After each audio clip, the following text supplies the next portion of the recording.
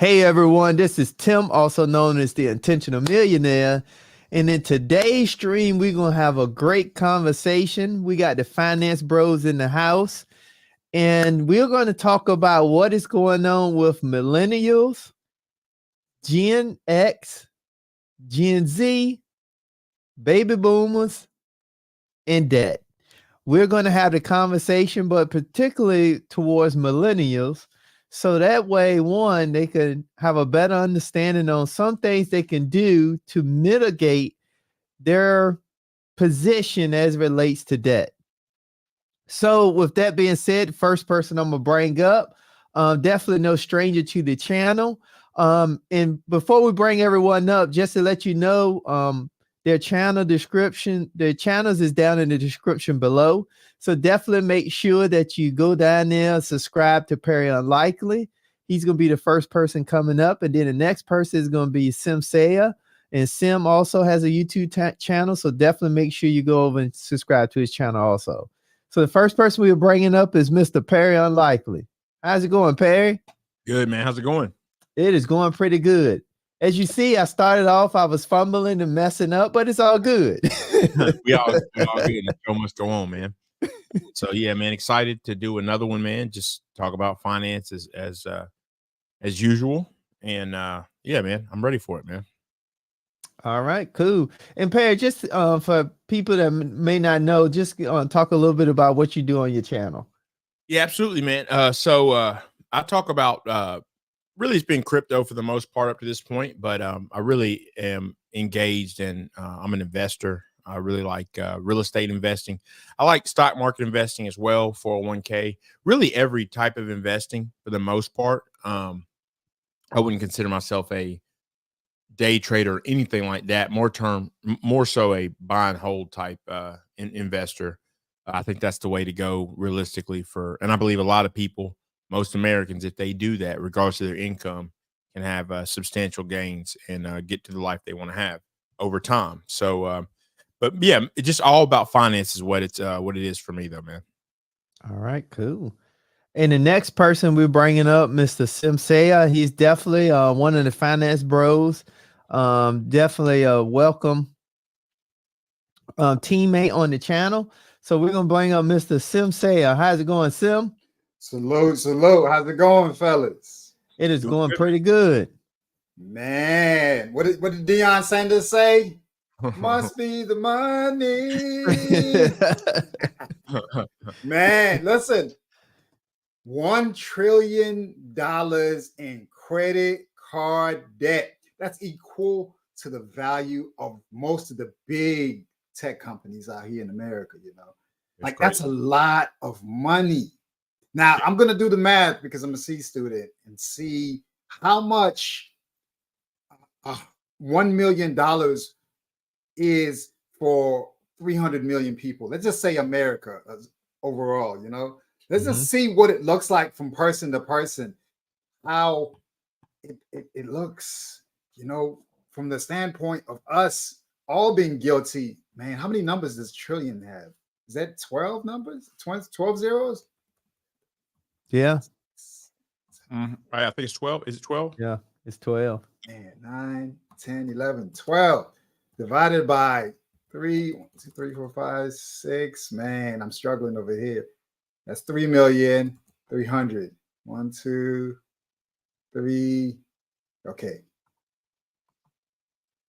Oh, it says every single person is holding about $3,333 in debt. That's every single person. 3,333. Yeah, I'm gonna double check my math, man. But man, every single person is guilty of contributing at least 333, whether it's direct or indirect, whether it's you imposing that upon yourself or you imposing that upon your parents. Yeah, right. You know, think about it, you know. So I mean, everybody's guilty. I mean, Christmas is coming up. What are we gonna do? What are we gonna do? Yeah, that's crazy, that man. That's crazy. You're gonna go out and spend like normal. That's what people gonna do. You know, see. I deserve it. You know what I'm saying? And you know what makes it even worse is this is just credit cards. What about everything else? Listen, I just hit $900 on one of my vehicles, man. Oh, it's like the home stretch. You know, the one thing that's really unfortunate with the system is that when you pay off your car, your credit score goes down for some reason. You know, it's like it's like that little hook. It's like they dangle that carrot. You know, keep your credit score high. But man, once you start paying off your debt, they say, "Oh, you're not owing enough people out there. You know, you need to owe more. You need to owe more." Yeah. So, and that account drops off too, you know. that's what I'm saying. It's like, hey man, you're not enough of a sucker for us to really benefit. We need you out there. We need you out there struggling. Exactly. Yeah, man. Well, just come back and get a 7-year loan. Right. Or an 8-year loan.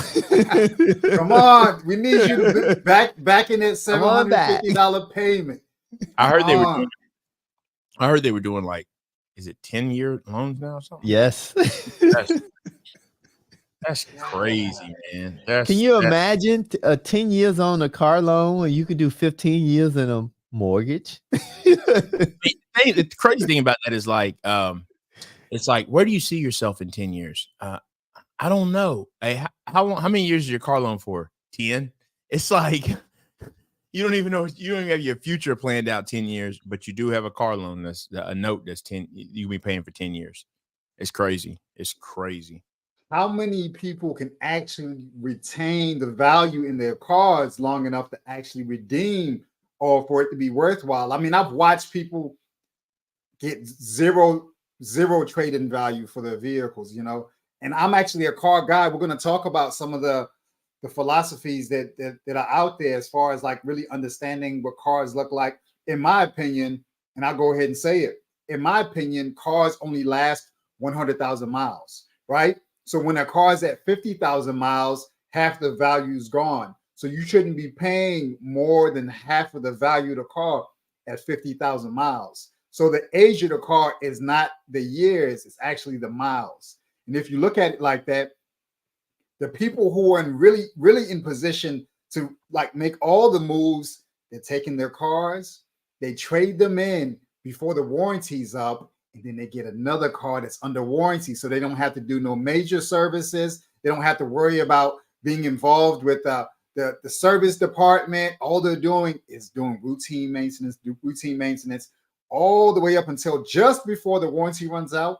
And then they trade it in and start back over from scratch. And if they have the right situation, they can find themselves in a position to actually retain their value during that time. And if they have a car that has some kind of resale value, that could work out. But there's a lot of cars out here that have zero to no resale value. So, I mean, what kind of decisions are people making on these 10-year loans, you know? So we're going to see.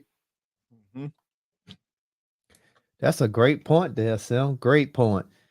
But before we jump into it, let's give a shout out to everybody that we have in the chat. So we got Miss Pills, Potions, and Poison in the building. Miss Ian Allen is in the building. Hey guys, shout out to Coach Prime and the Finance Bros. LOL. What is going on? We got Wally Verse in the building. What is going on, Wally? He say salute to the panel. We got Miss Pills, Potion, and Poison. Triple P say, I'm a witness. They want you to get more debt. Absolutely. We got Nightbot, Mr. Nightbot in the building. He would sleep sometime, but I guess he woke up. She said, for a car? Yep, for a car. It's crazy. She said, that is crazy as hell. That is crazy. And we got Professor Black Ops in the building. What is going on? Salute, salute. So let's kind of jump right into it, you all. We're gonna kind of I'm gonna bring up this article and I'm gonna read it real quick and we're gonna talk about it.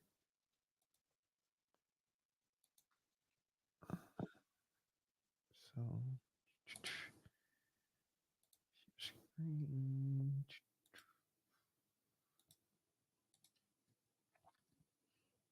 all right, so Here we have, so millennials are struggling with credit card debt.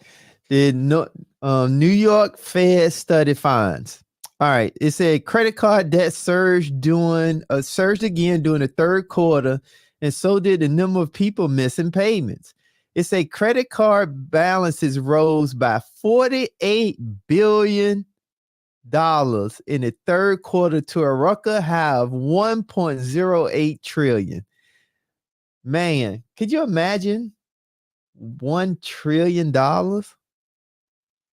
According to data released Tuesday by the Federal Reserve Bank of New York, it's a $154 billion year-over-year gain in debt was the largest since it was the largest such increase since the beginning of the series in 1999. At the same time, 90-day delinquency rates measured for credit card holders increased by 5.78%, up from 3.69% a year earlier. It said while the rising delinquencies span incomes and regions, they were particularly acute among millennials and those with auto or student loans, the reports find. Man. All right, I'm gonna just read this one last item and say millennials have seen the largest increase in their delinquency rates and now have rates definitely above pre-pandemic levels. So let's look at this chart. So this is a chart, and it just shows you since the first quarter of 2010 up until the third quarter 2023, how credit card debt has rose over the years. And the good thing is, if you notice in 2020 during the pandemic, it actually dipped. It started to fall off. People got a little bit smarter. They was using the stimulus money, the PPP loan money. The money was just coming in, so people weren't using credit anymore as much. But you would think, we would learn from certain lifestyle or economic events. You would think we would learn from that, but it shows we didn't, because as you can see, in the last quarter of 2023, it has surpassed $1 trillion, and it's more than in the second quarter in 2023. So this shows that we are going backwards as it relates to just credit card debt. That's still not including student loans, car payments, so forth and so on. And then I'm going to read one more thing here. And it say the share of newly delinquent borrower grows. The youngest Americans are finding it harder to dig themselves out of credit card debt. During the third quarter, some 2% of credit card users moved from current status in the second quarter to 30 or more days past due on at least one account in the third quarter. So what is basically showing us is, and here's just a chart to show you how the delinquencies dipped in 2010 and now is at an all-time high on November the 1st, 2023. And it's at a 20% all-time high since 1985. So what do y'all, so Perry, starting with you, Perry, what do you think about this data, this study, these statistics? Not surprised at all. I'm not surprised because, there's a couple things obviously that likely contribute to it, but we know where the economy is for the most part been heading, right? But on top of that, you had everything kind of come to a head at one time. So I think there's probably people that bought a house that shouldn't have. So they're now using a credit card. They got to pay that mortgage. So the mortgage may not be in default at this time, but they're using that credit card to float other bills and things like that. And I think people are just getting squeezed tight. I think it's the bad decisions have finally caught back up, So, and I would expect for this to continue happening. The car payments, because we've also seen. I don't know if I think it was the last stream, maybe. I think I mentioned. I can't remember if I mentioned how car payments, or maybe we didn't get to it. They went up, right? So just think about it. We're seeing all this stuff where you continually hear how the payments have gotten higher and higher for everything. We know mortgage payments are up. So we know that car payments are up. So with that being up, some of that, right, is bad decisions. So with that, you expect credit card balances to go up, and kind of the first domino to fall, right, is probably not going to be shelter, your home, probably not going to be transportation, your car. It's going to be that credit card debt and other little things like that. So I think people are probably using it to try to float and get by after making some bad decisions.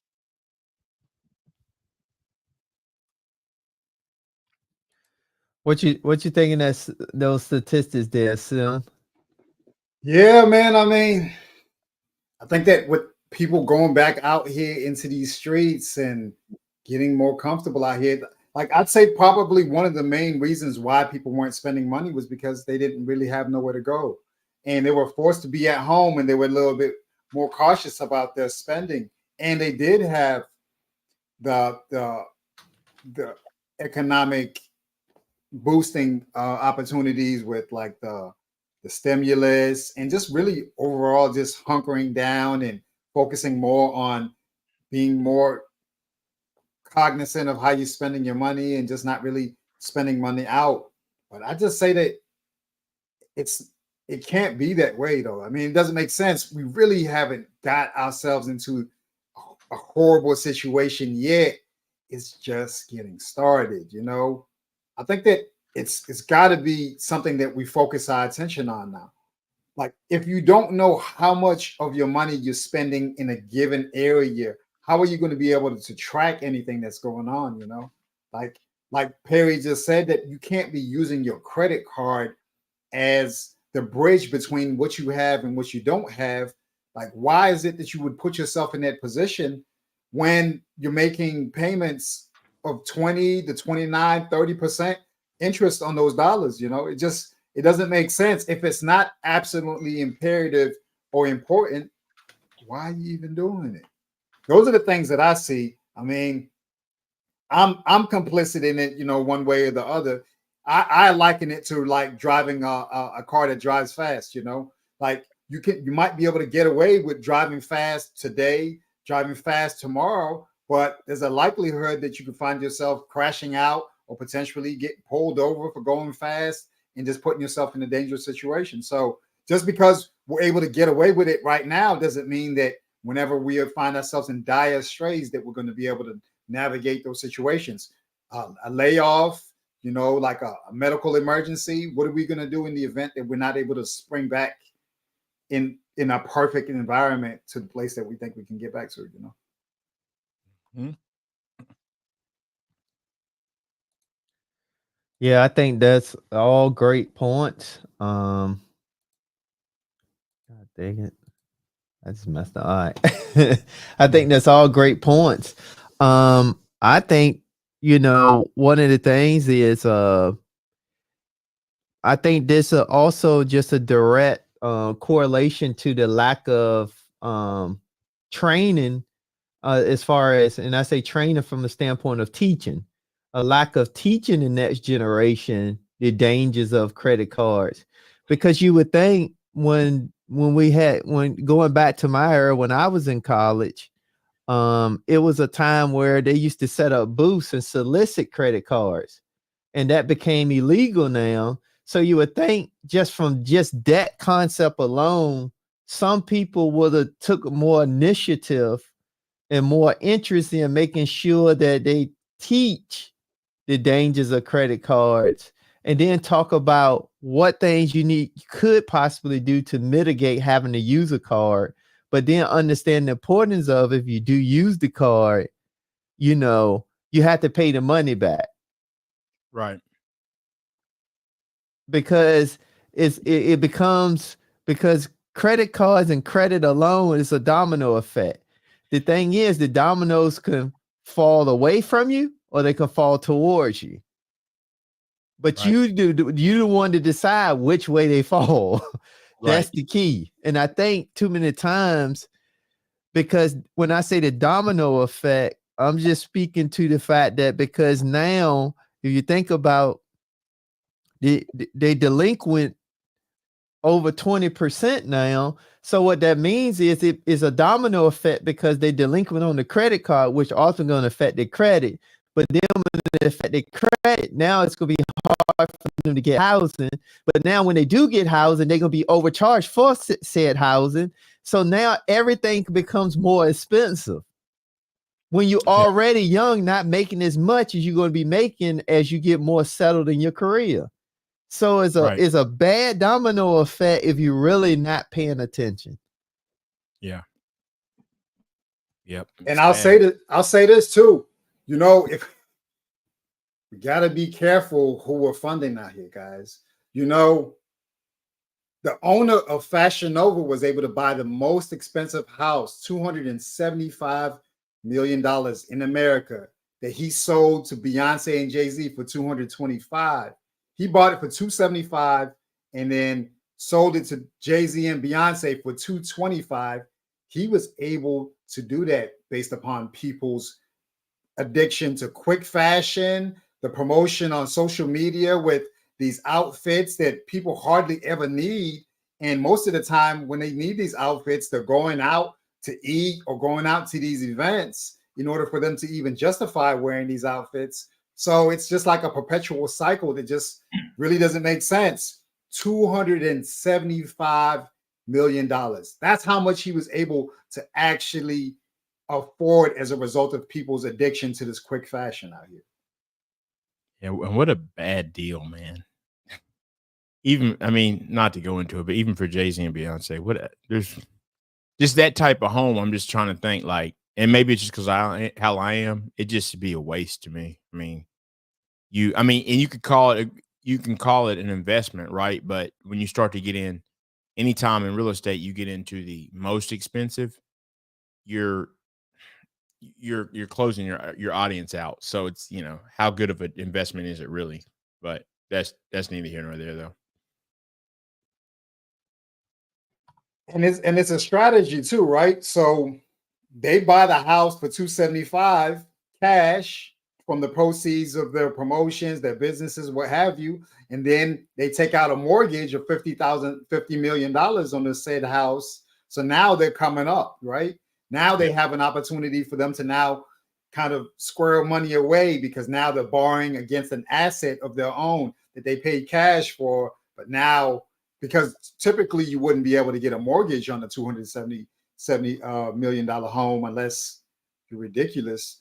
But now they're able to kind of back into an opportunity where now they can say, hey, government, IRS, look what I have. I'm borrowing against my assets. So now I have those funds that I'm not going to pay towards you because now I'm putting it back into my asset that I already own.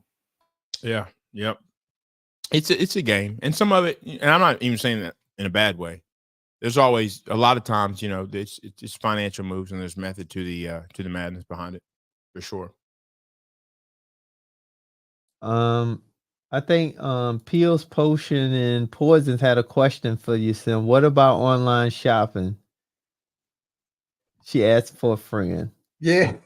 Well, yeah, I touched on online shopping and, like the likes of, I remember I've been out, so I do my fair share of going out, checking out events and what have you, because life is short overall. And I know some people, they will receive 5, 6 outfits at a time, and they'll be buying them from Shein or Fashion Over, and they have a whole package of all these quick fashion outfits that they're buying. And it seems like it's cheap today, but if you look at the overall spend, and if someone's tracking it, they'll be able to say, hey, like, how much am I spending towards these outfits? How often do I wear them? Is it something that I could have use for in the future, in the next 6 months, or is it something that's only trending now or just makes sense right now? I just say that you just have to pay attention to your vices and the things that you're the most addicted to. I personally used to be addicted to like shoes, and I used to be heavily invested into like sneakers. And I just learned that as a young man that at a certain point, you need to graduate beyond wearing sneakers. You need to wear shoes that are kind of in line with who you are and where you are in society. So I don't wear sneakers today. And I'm fortunate because I see a lot of people spending a lot of money on Jordans and Yeezys and everything like that. But I've moved on from that. So I only wear practical sneakers for the purpose of hiking or exercising. And so it works out in that regard. But I mean, we all have vices and things that we spend, careless money on. And so just me, I've graduated away from really being heavily invested in online shopping for the purpose of just buying something. Me, if it's not on clearance, if I can't catch it on clearance at one of my my discount spots, I'm not going out of my way for it. I just don't have it. I ain't got it like Tasha K.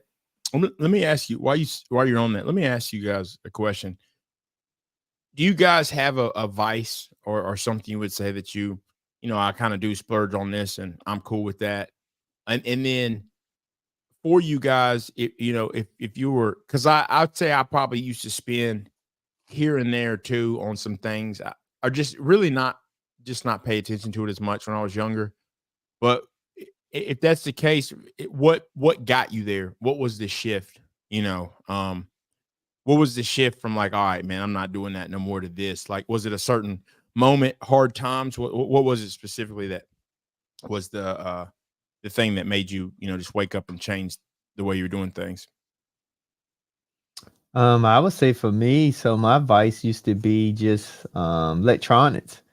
Have to have the newest, the latest and greatest, especially with cell phones. Yeah. And it just got to a point for me was the value started to lack. So I felt like I was spending my money and I wasn't necessarily getting more value. I feel like I was spending more but getting less value. So it just didn't make sense to me. And I decided then that even if I'm going to invest in certain technology, then the companies that I really enjoy and like, then they should be part of my strategy. And I think that, and I hope that answer your question, but it also ties into Sim's point of, he said he likes shoes, because that's one of the things I always try to tell younger people that is into shoes or athletic gear and things like that. My thing is, you can learn finances now, because if you're going to support that brand, you should also own in that brand. Right. So, but yeah, for me, that was one of my vices. And then when I like to travel too, sometime I don't like sitting in the back of the plane. So but I realized that I do that now based on the need and where I'm going. Versus just doing it every time, and it even could be, a 2 hour flight, and it just doesn't make sense for the extra cost. So yeah, that makes sense. Definitely makes sense. Yeah, I mean, I don't even know if I have a vice that I could really claim today. Man, I've done really good with like my shoe addiction. I was the kid, I've always nerded out on like just weird things. I remember I was like 5 years old, and I said at 5 that I'm going to dress this way when I'm a teenager. I'm going to dress this way when I'm in high school. When I'm 21, I'm going to dress this way. When I'm 25, I'm going to dress that way. And I really stuck to that. I remember there was a point with my friends where I graduated beyond wearing Jordans, and I started wearing, casual shoes or like or loafers or something like that. And they look at me like I'm crazy.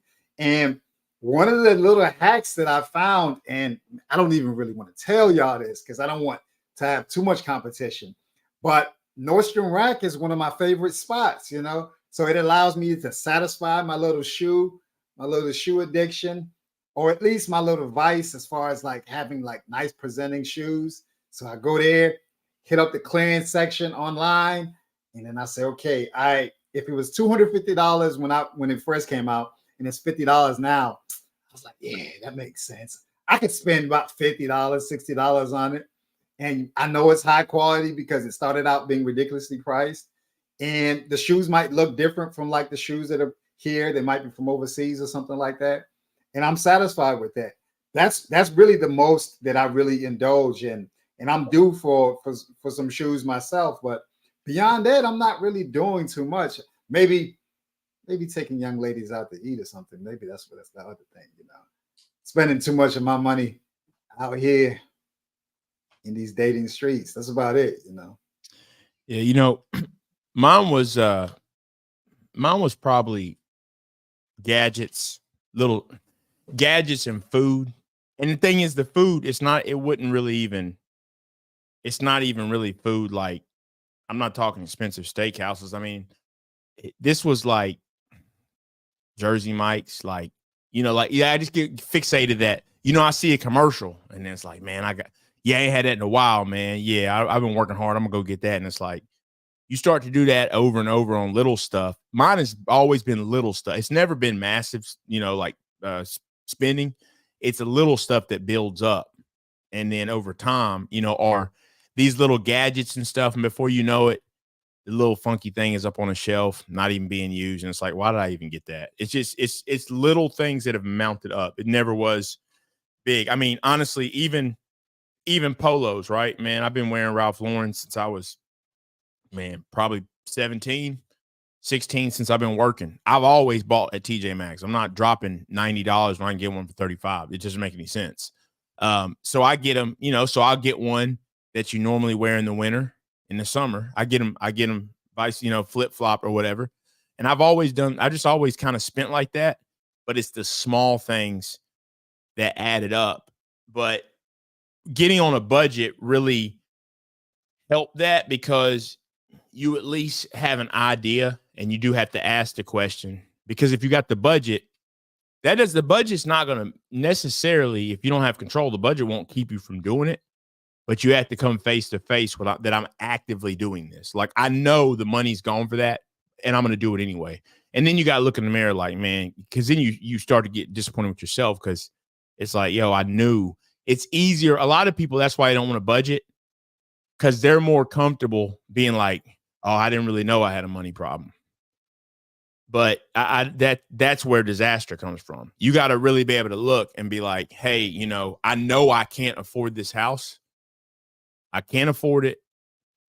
And then if you make the decision, well, at least you're like, yo, I did that. I made that decision. Vice versa. Like, well, we didn't know when we got into it, you know, so stuff like that. But yeah, always little stuff for me. But I've always had this underlying fear, I think, of being, and I've been through it, you know, it's been years ago now though, but I went through some tough times financially where you're just like hanging on, trying to protect that credit score, And, you know, that was a tough time, and just juggling, bouncing back and forth. And then between that and then not coming from a lot, just the discomfort, not wanting to return to some level of like feeling like I got to do without. So that's always kept me in check for the most part.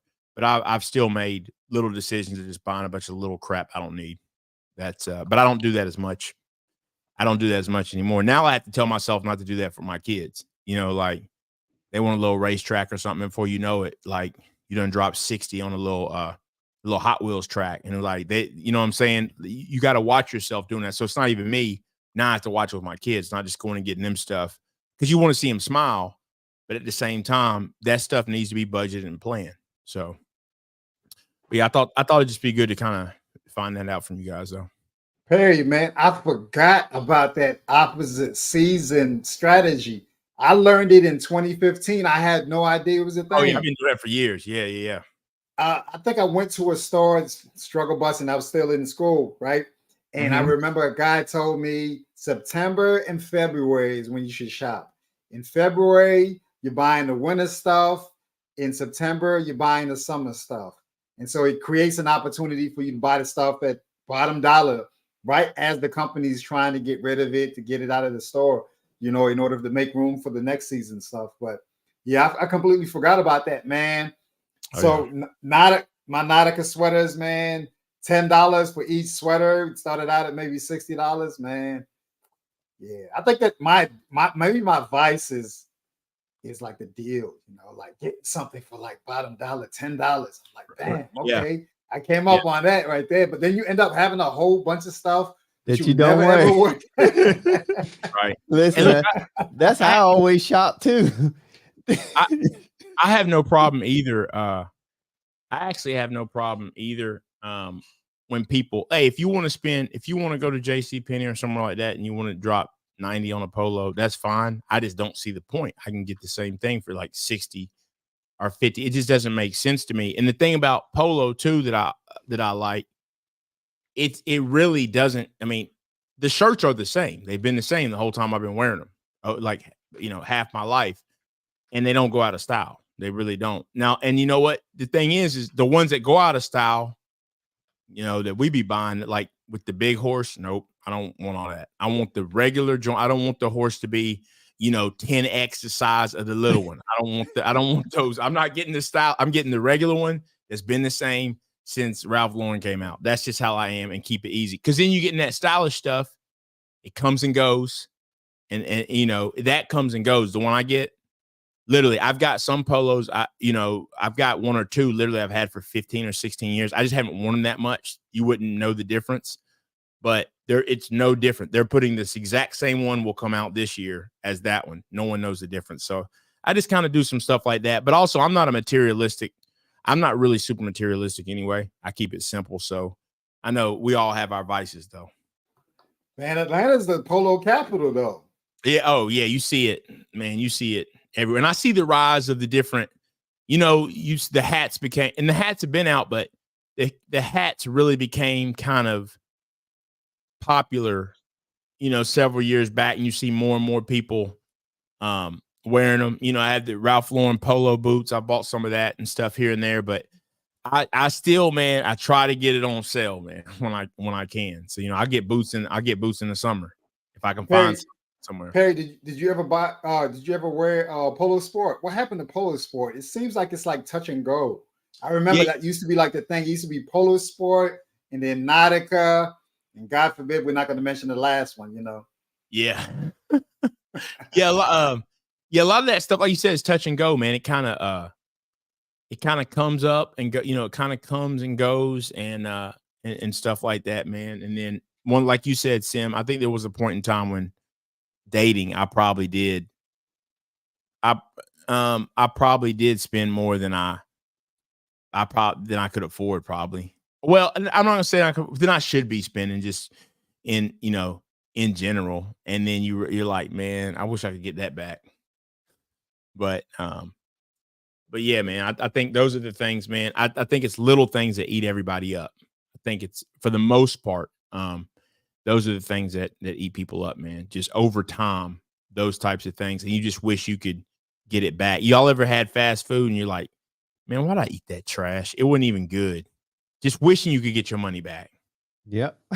Yeah, man. That's why I don't even eat. And I make conscious decisions. Like, even me, I'm like, yo, at the point when, like Chipotle, I like Chipotle. So, right, the prices went up.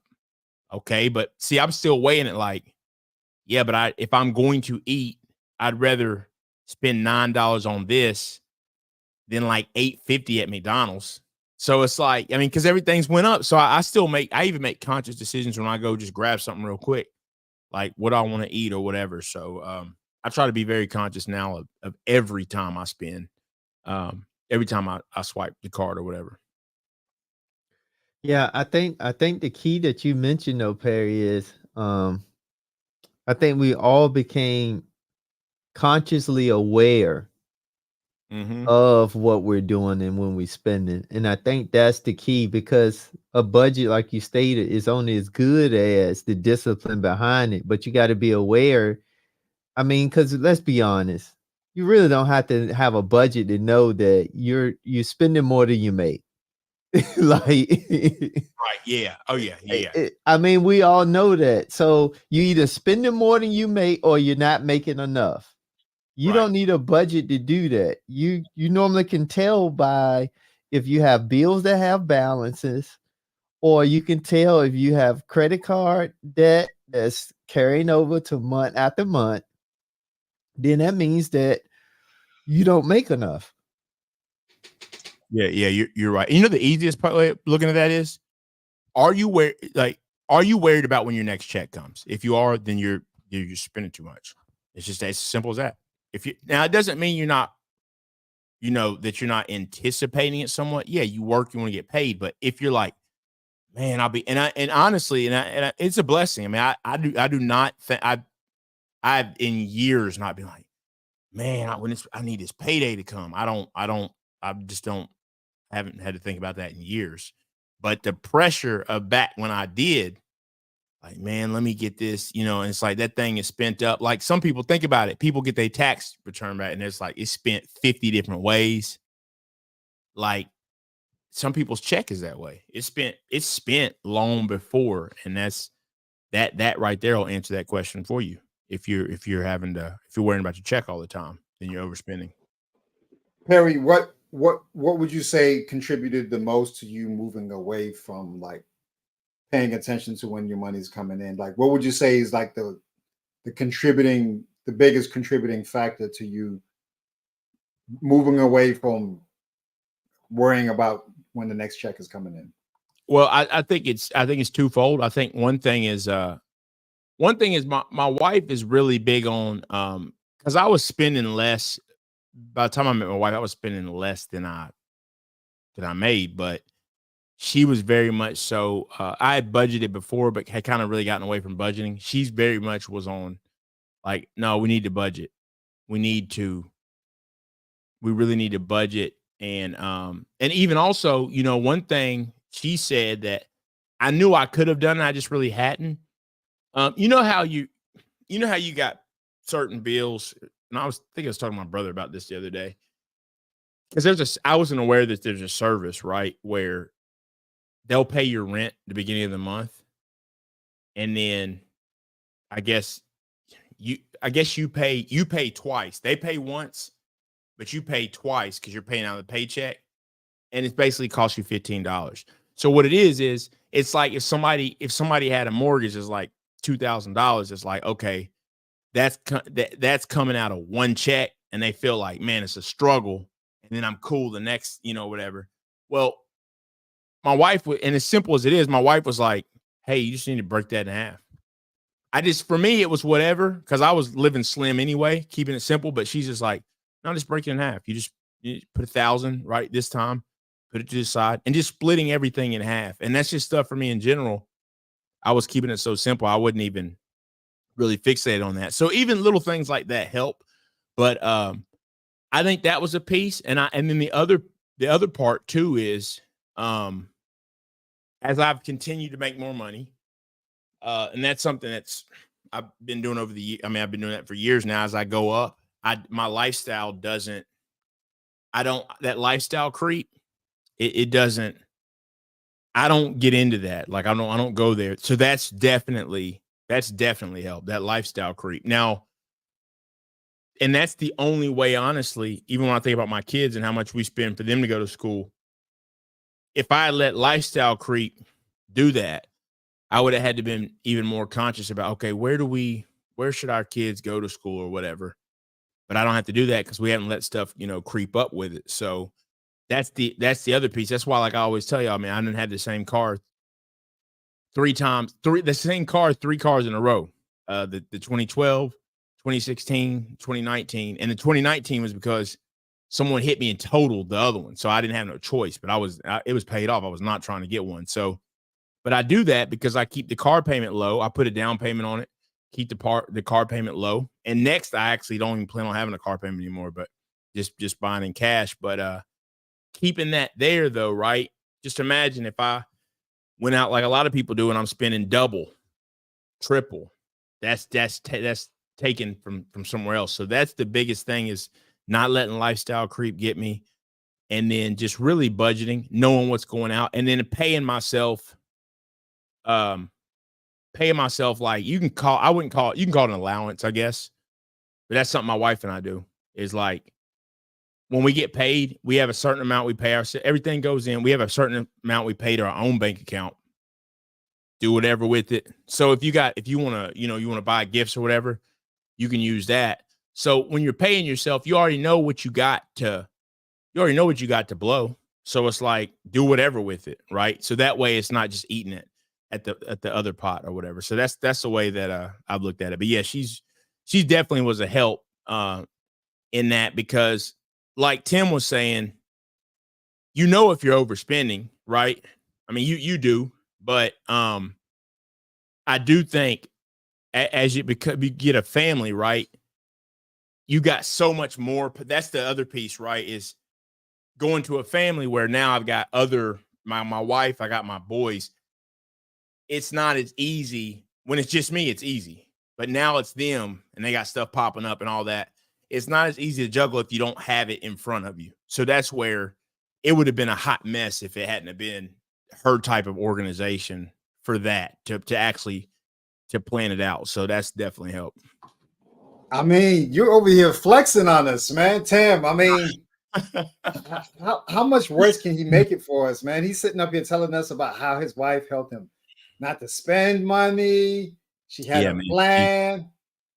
I mean, she did. That's one of the first things I asked, man, was I think I asked her parents early on, because she showed me this spreadsheet budget she got, and I was like, did y'all teach her this? They were like, nah, she was 16. She started working. She just came up with this little spreadsheet and keeping up with everything. I was like, oh, that's crazy. Man, I need a budget bae like that, man. I know, right? Listen. Hey, this new channel, the Budget Bays. Females in finance. The funny thing is, in 2015, I became obsessed with Dave Ramsey. I'm listening to him every day, right? Yeah. I remember I'm dating and I'm asking ladies and I'm saying, when do you see yourself becoming debt free? Right? That's the question I'm asking them, right? And then some people, and at the time I'm chasing women with letters behind their name, whatever. They'll say, oh, I'm gonna go to my deathbed, with this debt.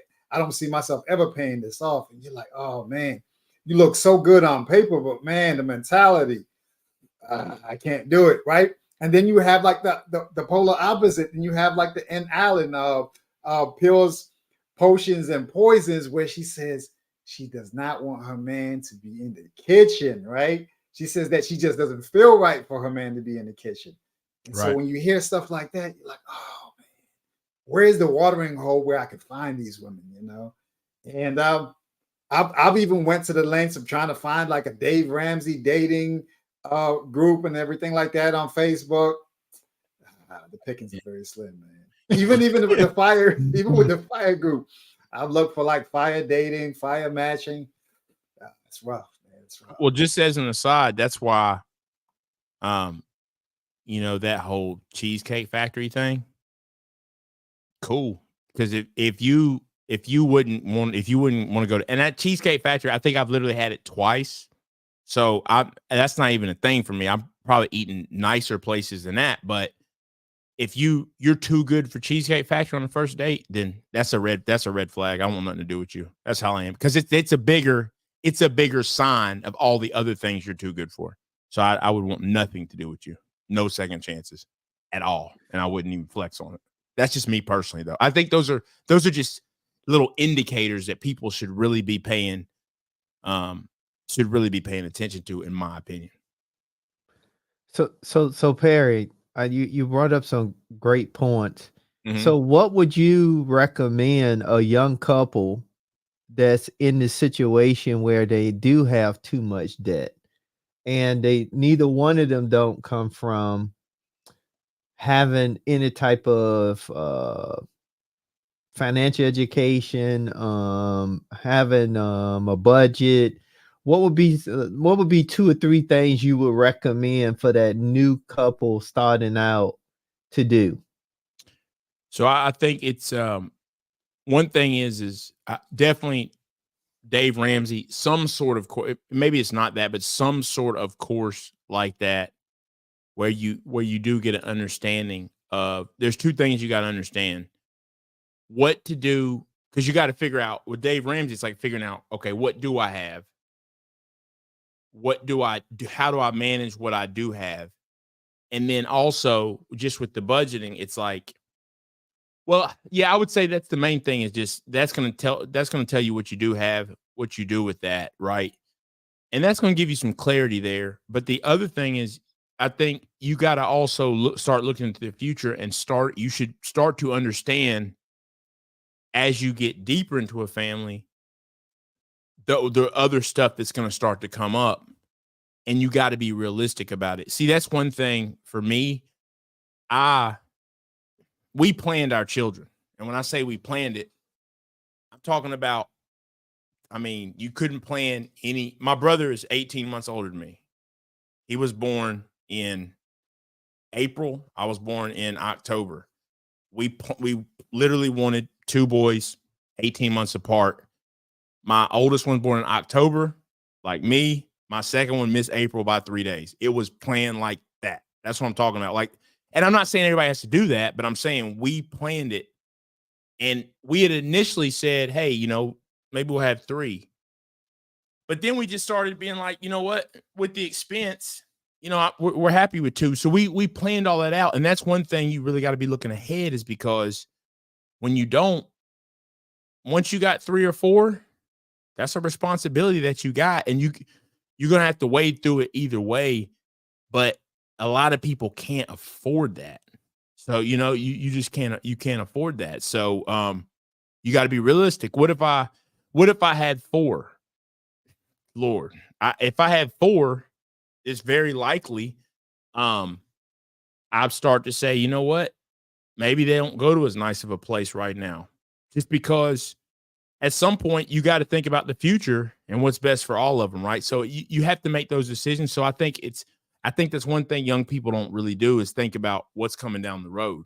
It's just like lovey-dovey, I'm going to have kids, everything's going to work out. But those days are over. You got to start thinking about every single decision you make. So I think that's the other piece. So it's Dave Ramsey, figuring out how to manage what you do have. And then I think it's looking down the road so you can steer clear of what you won't be able to afford. And then just the other piece is you got to get that income up. You increasingly got to get that income up. And that's by, you got to find, what's the best way. If one of you didn't go to school, right? Or if you didn't go to school, can you get a trade? Can you go, let's face it, darn near anybody can go to community college for free. I always tell people, at least get the 2-year degree, because you can basically get it for free. Most states you can. Will that offer you some type of job that you couldn't have got otherwise and stuff like that? So, and then just being on the same page about it, which in the dating phase, that's what's so important, because that's something my wife and I ask each other. What lifestyle do you want? Like, think about it. People be together for years, and they see where they're at now, but they don't think about what you want. And it's real easy. Let's face it. If the 3 of us right now, if the panel was to ask us what type of house you want to live in, what type of house at your peak, what house do you want? We're going to pop up 3 different houses.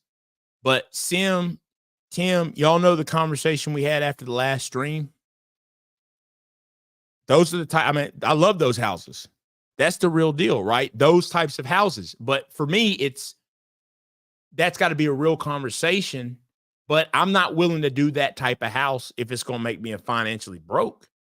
And they need to know that. Like, this is my dream home, but at the end of the day, I won't be a slave for it. And you got to have those types of conversations, because sometimes, a woman may be thinking, yeah, we're going to have $1 million home. And you're like, I don't know how. You got to talk that, because you might not be a match. If that's what she has to have, well, she's going to have that anyway. And that's with or without you if she's not down to ride. So I think those are conversations.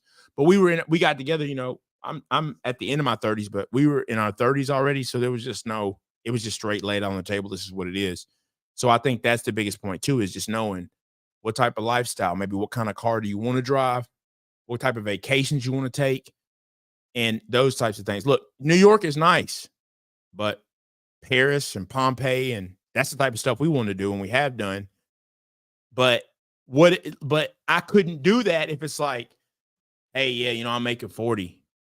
I mean, if that was the case, you really got to walk away, or if you got a wife who's like, I don't really like, if you make 100,000 a year and your wife don't really want to work, but she wants like the lavish crib or it's like, that's not a good look. You got to really talk about it so you can see are you really going to together obtain what you guys are talking about, or do they want to live in the slums?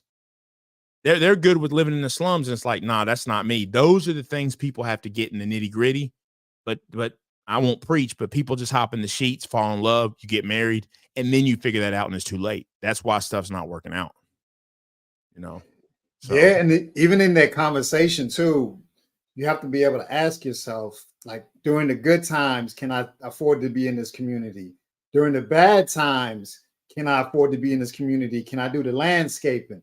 Can I take care of the essentials here without me having to have another service provider come out here and do the services? And a lot of the people can't really say that, maybe because they've never really had to take care of a 5,000 square foot property. That's a lot of work. A 3,000 square foot property, it's a lot of work.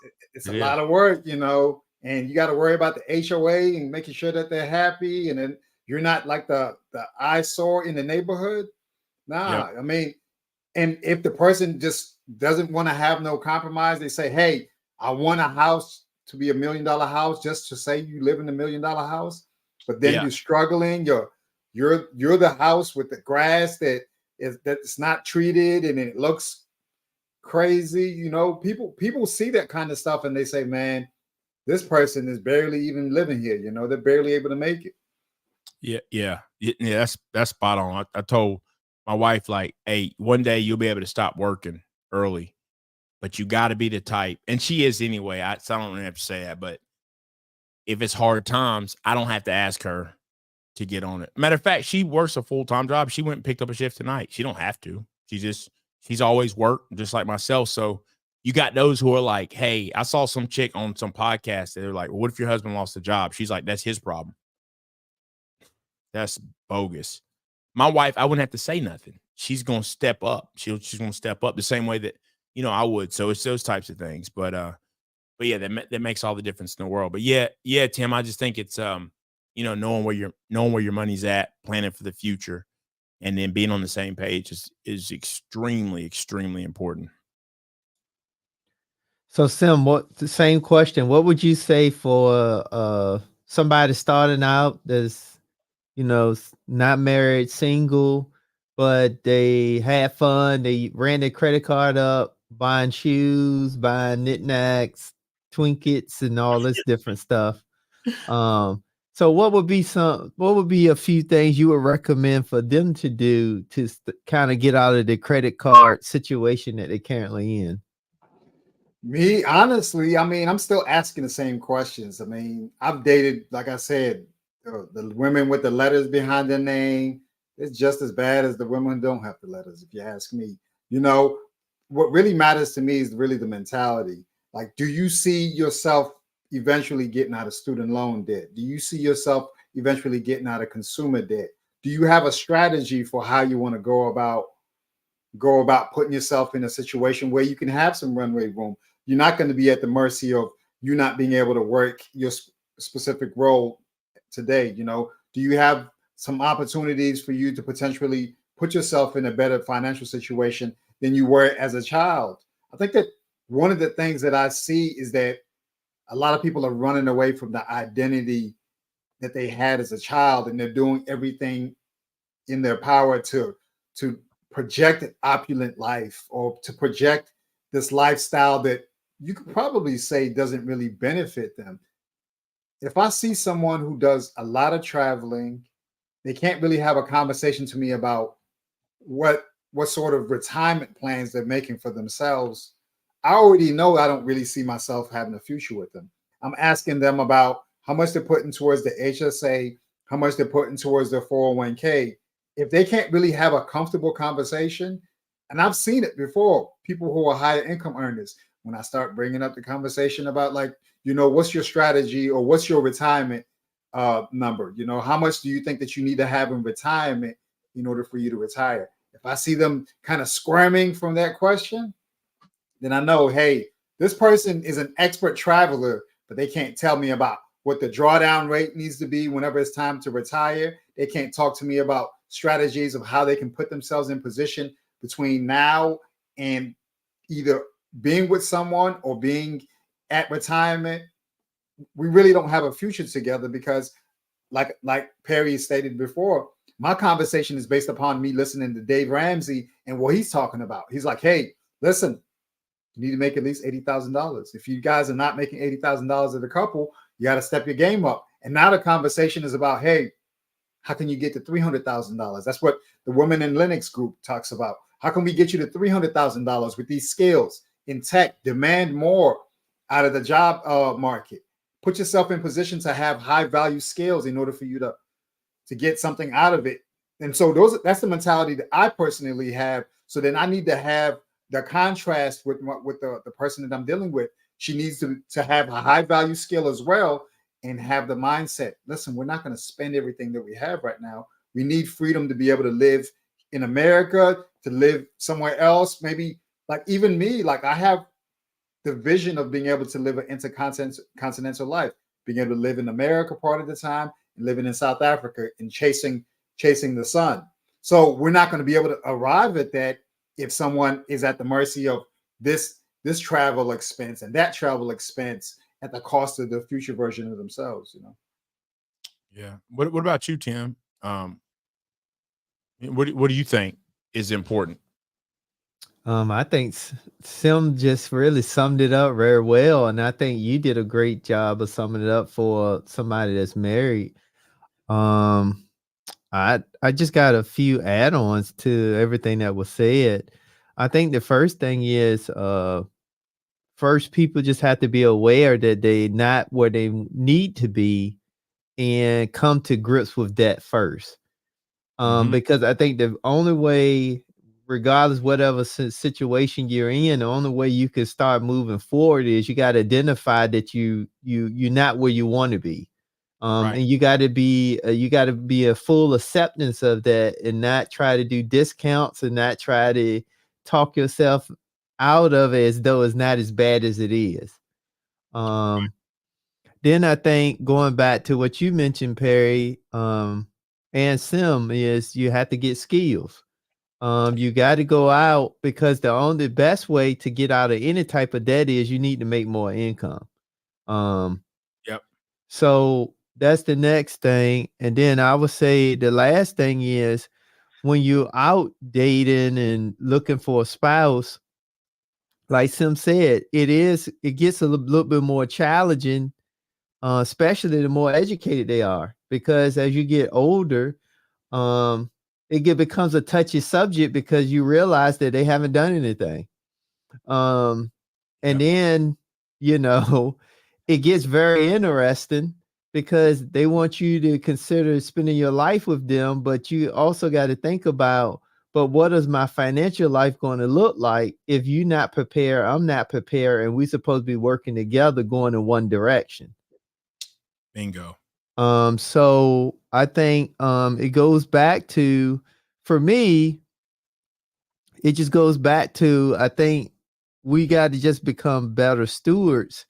And if an individual is already married and in a relationship, I think they just really need to sit down and re-identify that just like they have the relationship portion, or they may have the spiritual portion, or they may have the health portion, they also need to understand it's a financial portion also.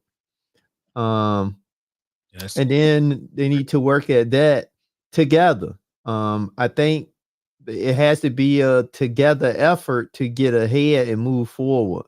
And then for a single person, I think the rules is exactly the same. The only difference is you don't do it together, you're just doing it by yourself.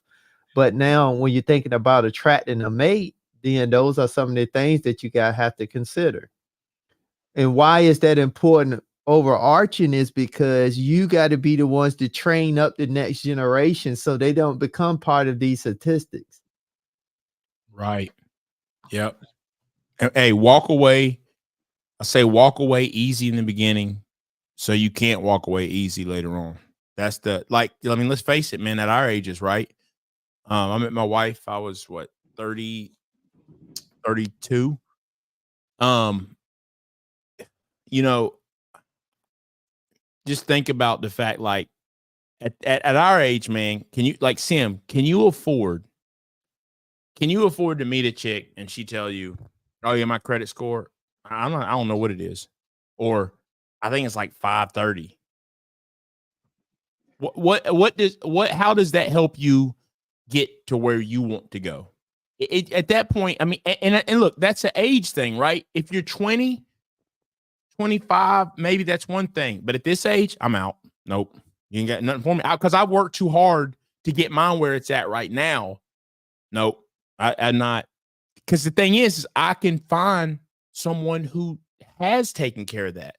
If you talk to a chick and she's aspiring, she wants these things, she wants that, and you're like, so, so you invest in your 401k? Nope. You mean tell me she won't even take the free money? Nope. I'm not talking. I wouldn't talk to her. I just wouldn't, because you can't afford to have someone you're going to start a family with. And these things, they're in their 30s, and they're not, because if they're not doing that, think about it. This is the same person we're trusting to organize and help organize the family and train them up. And you ain't got it by 35. It's just not. And you should scrutinize me the exact same way. So it's not just me saying that. You should scrutinize me. Why should any woman trust a man who's 40 and their credit card is trash? I mean, their credit score is trash. Now, look, there's always one-offs, right? Things can happen. So I'm not saying that. So there's certainly, if there's a man or a woman, they're great character and things happen that there's some, reasonable explanation. That's one thing, but just negligence, you cannot accept negligence at this stage in the game. Oh, you're setting yourself up for disaster. And that's exactly why, right? These are just the missing financial signs, right? But that's a piece of it. But we all know, I know we always talk about the divorce rate. But we never talk about how a lot of those, I'm going to say the majority, is because you refuse to look at signs that were right in front of you. I mean, it's because you never should have been together in the first place. Never. That's why you got divorced. You shouldn't have even gotten married. You should have saved the divorce rate. Just don't get married. So that's my thing, is you can't afford to overlook a lot of that stuff. You gotta turn your back on it, especially at this age. You just can't afford to. Tim, what's the maximum amount of student loan debt that you would date a woman? That you would accept a woman having at this point? And I'll tell you something. Something that I've said myself. So that depends. That depends on her age. It depends on her profession. It's a little bit more to that. So for me, I can't really say. Give me some numbers, man. Let's say she makes $100,000, right? Mm-hmm. She makes 100, and she has. I'm gonna try to be practical. I'm trying not to talk about people, but let's say $400,000 in debt. She went to medical school or something like that. Medical school might have saved the straight. No children, right? She has no children. $400,000 as a result of medical school. Tim's like, what's the percentage rate? She's got her. Dang, I'm trying not to talk about people. She's got a pet, a dog, right? No go. He said no go. No go. Come on, man. She's a baddie. She's a baddie. Listen. She's bad. Baddies don't mean bad as his head can be headaches. So I'm just being honest with you. So for me, that's why you got to quantify what exactly happened. But if she's, let's just say my age, 44, and she's never been married, don't have no kids, 400,000 in student loan debt, then I will first I still want to quantify that, because I want to make sure that I'm being reasonable. I mean, because I'm just, reasonable. So the key thing is to be some key things that I'll be looking for. One, does she still got a car? What type of car? Two, what is her plan? And do she have a plan to even pay off the student loan debt? And then three, I'm looking for the attitude when we talk about it.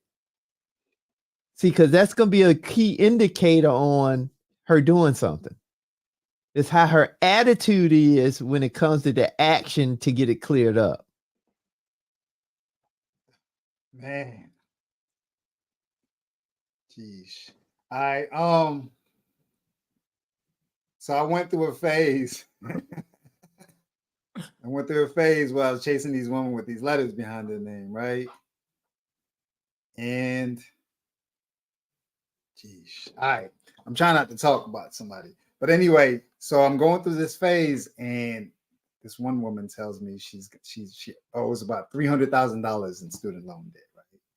She hasn't graduated yet. No. So then the next question, like Tim, I'm asking, okay, all right. So you owe right now, we're in school. I mean, you're in school, you're getting ready to finish up school, you owe about $300,000. You went to a private school, whatever. So then I'm asking, okay, all right. So I'm trying to put the pieces together. So like my income, your income, you're gonna make about 100. So if you commit about $50,000 of your salary towards that student loan debt, you can be able to just chuck it away, right? And one of the conversations that I found, or the opposition that I found, is that she would tell me, listen, I gotta have some money for me to be able to live. I want to be able to live in a nice apartment, you know. I want to be able in an apartment with the amenities. They got the indoor pool, the outdoor pool. I want to be at a nice place. And so then I'm asking myself, I'm like, okay, you're spending about $2,000 in an apartment. You could maybe spend $1,400 at a different spot, but you want to be at the newest place in the city. So can't do it, you know. Can't do it. That's a no-go. Because now so certain things though, that's why I say for me, I just got to quantify that, because let's just say you say that same scenario and she said because of my safety, then I would consider that reasonable. Because if she say because her safety, because I believe for any woman, then her most important job is her safety over everything. So I would be cool with understanding that, but then I still going to ask though, so what did you compare this against other areas that had the same level of safety as it relates to what you're looking for? Just to see, is it that she just went with the first choice, or did she actually do some thorough due diligence? See, because now I'm gauging, did she do something, or did she just go with the easy option, or she just blowing smoke? So it's those type things that you got to have real conversations with. But for the most part, I mean, that it's always a direct correlation if she's, got a long name, long title, or she's doing her own thing, all these businesses, things like that. It's normally a correlation that they doing all that, making all this money, but they normally got a lot of overhead student loan debt. So sometimes just don't make sense to me, because if you're doing that great, then why not just pay the debt off?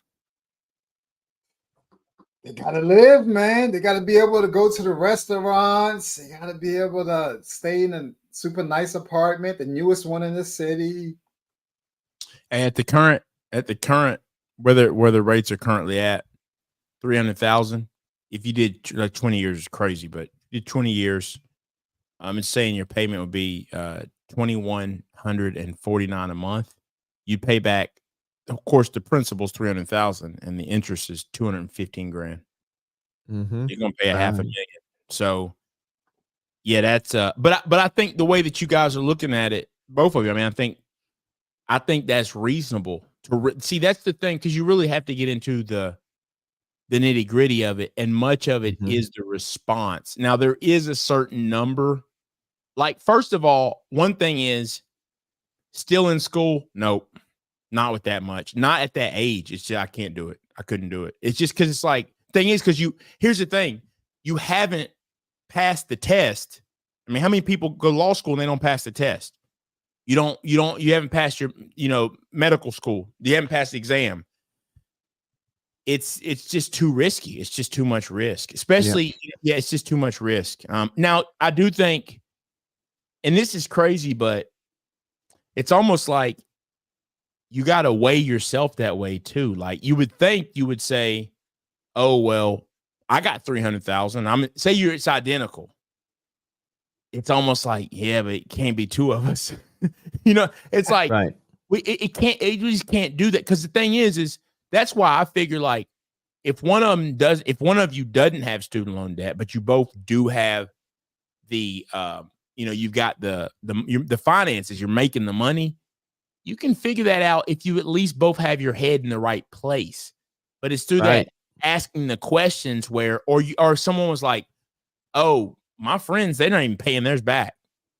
Like, if someone who will take out loans and just not going to pay it back, you can't be trusted in other areas, right? Or they say, I'm waiting to see if my loan gonna get expunged by Joe Biden. Joe. Yeah, that type that's stuff. Mentality. That's a mentality that so you mean you're going to work for 70,000 and wait for 10 years when you could have been making 140 off the bat? Well, you're not doing simple math. You know what I'm saying? But, stuff like that is extremely important to at least talk about. So I give you an example of, it was a young lady and she was going back. So she was in the school system and she was going back to school to get a PhD. But she also wanted to teach Spanish as a side thing, right?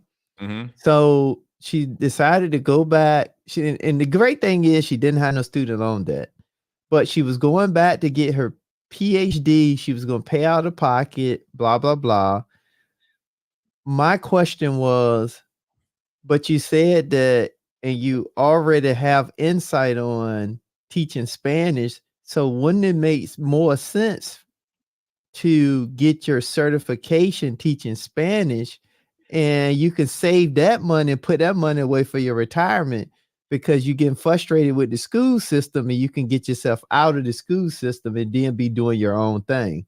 Right. And I said, but let's go one step further. How much more are you going to make annually once you get your degree? And it was going to be $5,000. Oh man. I said, so you can get certified in Spanish and you could possibly make that in a month. Like, yes. Without the added expense, right? Right. Yeah. Like, and now I'm gonna get my degree. Okay, that's great. I think you should do it. And in my head, I'm like, I'm already checked out. Yeah. In fairness, too, go ahead. You should go ahead. In fairness, like, this is not like a demographic thing. This is the conversation that I think a lot of people have based upon like the programs that are out there. The government has these forgiveness programs for these practitioners and these doctors if they work in a economically challenged area or economically challenged area. They have the opportunity to participate in forgiveness. It's just that a lot of times they don't stay in that area long enough in order for them to actually benefit from it, because like the pressures and just like the overall stress that might come with those areas, they just say, man, forget it. Like, let me go somewhere where I can just make my bread and I'll be done with it. I've had the experience of being around a lot of these doctors, and not all of them forego having relationships when they're studying in school. Some of them have relationships while they're studying in school. And the mentality is that some people are privileged to not have to pay no debt. Pay no student loans. And some people are. And it's just a matter of your circumstances. So there is a dividing line, even in those highly trained environments. It's just, what's going to happen? Like, oh my God, man. Like, when I heard that 300,000, I'm not going to even tell y'all what happened in 2 years. Eesh, that 300 turned to 600, guys. Oh my God. Nope. 600. Listen, that's crazy. Listen, guess who still was optimistic? Oh my. You know why? because they hadn't broke out the calculator. They don't realize what's going to hit them. $4,000 a month in payments. $600,000 in student loan debt, man, or total debt overall. And I'm saying to myself, I'm like, okay, we could do it 12 years, $50,000 each year. Nope. I still need to live. I gotta have a lifestyle. I gotta enjoy my life. Yeah. Nah, bro. Do it without me. Enjoy it without me. That's the it's just so much risk, man. Because here's the thing: when you have kids, man, you just set up for disaster, man. It just is, man. I think those conversations, man, they're so important to have, because you can go ahead for real. Go ahead. Okay. How much money you going to make with these certifications? All you got behind your name, how much we got to spend, what type of house, and you're going to see it's not going to add up. It won't add up. And that's where it's extremely important, I think, just to be real about it and say, yo, this isn't going to work. And you can tell just from people, the way people answer certain questions and things like that, you can tell if it's a no-go. But yeah, 600,000, that is a disaster. And look, it's not to down anyone. It's just, we have to make this, we just have to make decisions, right? And that's like I say, a lot of people, it's like, well, my passion is to be a teacher. And I don't know exactly what teachers make, but if you say, okay, especially where we're headed now, your passion to be a teacher. Okay, so you're following your passion. You're going to make $40,000 a year. Okay, cool. Do it in Appalachia. Don't do it in California. You can't do your passion in California. And if you think you can, you're not being realistic. That's how it has to be, man. You got to really look at the numbers. I agree with you, Perry, but I think we need to start calling people out when they start doing that stuff, because I don't think they understand the impact that's going to happen long term. Right. Because I think that's part of the problem, at least for me. And I'm gonna preface this: I don't have any kids, but I think that's the problem I see a lot of times is parents don't influence the outcomes for their kids properly. Right. They have to understand that college is big business, and that should be explained to the child. So I'm going to persuade you and influence you to a degree that's going to be marketable. Right. And if you're not getting a marketable degree, you're doing it wrong. You need to, I think that conversation needs to be had, and not. We agree on that. What I was saying, not that I agree. What I was saying is, from the standpoint of the person you're dating, there's really no, or you're looking at. There's really not much you can do for them. Just dip.